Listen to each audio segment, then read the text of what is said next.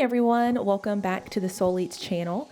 Today I am sharing with you how I make my eggnog cheesecake, and this is just a fun take on the traditional cheesecake recipe that I really enjoy making around the holiday time. I am going to first bake off some plain sugar cookies, and right here I'm just using the Pillsbury holiday already cut out sugar cookies, and I like to cook cookies on my pizza stone, and this is a little trick that helps to make sure that your cookies do not burn, that they cook evenly, and I just enjoy using it and they don't stick. So I cooked these for about 20 minutes. The package said 12, but since I'm using these in place of the graham cracker crust, I wanted them to get a little bit of browning on them, and I wanted them to get a little harder than I would normally want them. So I'm going to just put them in my food processor once those have cooled off. So I'm looking for about 2 cups of ground sugar cookie crumbs for the crust. So I kind of eyeballed it right here, and I'm going to go ahead and just grind up these cookies once I feel like I have enough.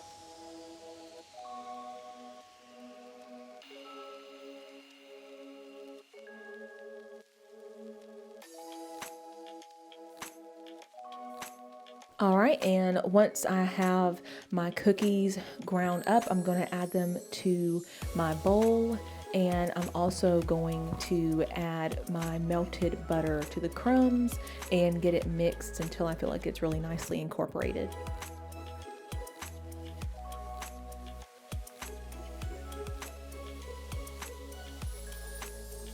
Once I have that mixed together, I'm going to add the crust to a 9-inch Springform pan, and with clean hands, of course, I'm going to go ahead and pat out the crumbs to shape my crust.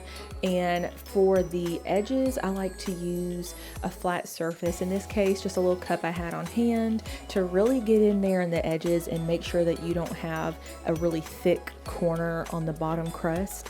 I like to make sure that it's good and thin, just like the rest of the crust, so that it doesn't make it hard to eat once that cheesecake comes out.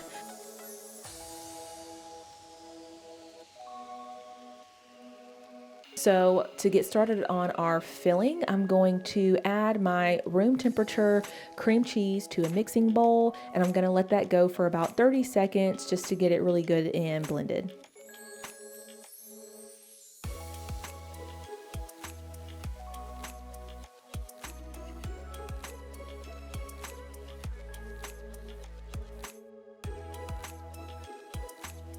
Now, once I have that cream cheese whipped up, I'm going to scrape the bowl and add my sugar, sour cream, nutmeg, and vanilla.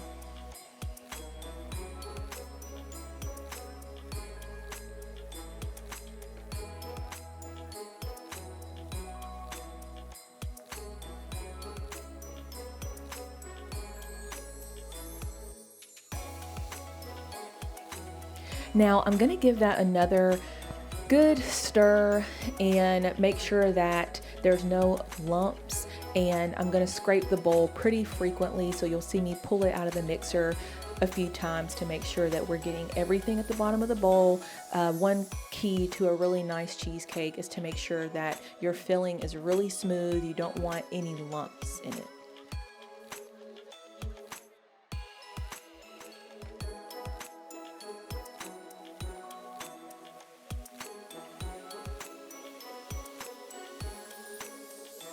Okay, and now I'm going to add my already beaten eggs, and I like to give this a little stir.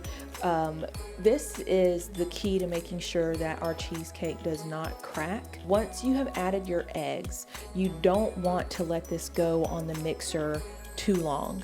Eggs add volume when whipped, and so the last thing we want is to pump a bunch of air into this cheesecake filling.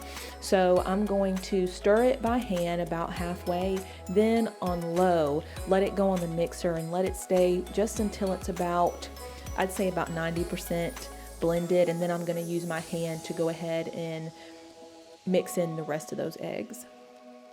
And one part that I didn't show is once I got this really good and made sure all the eggs were incorporated, I took a dish towel and put it under the bowl, and I shook it down on the counter for about 30 to 45 seconds to make sure that all those little air bubbles came up and popped on the surface. And I just wanted to be extra sure that I did not have any air in this batter.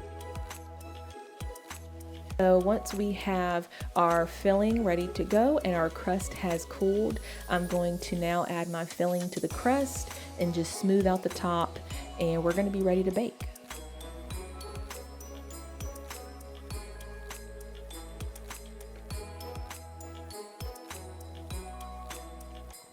And here is the finished cheesecake. Now I've let this set in the refrigerator overnight. At minimum, I would give it at least 6 hours to set in the refrigerator before you try to cut your cheesecake.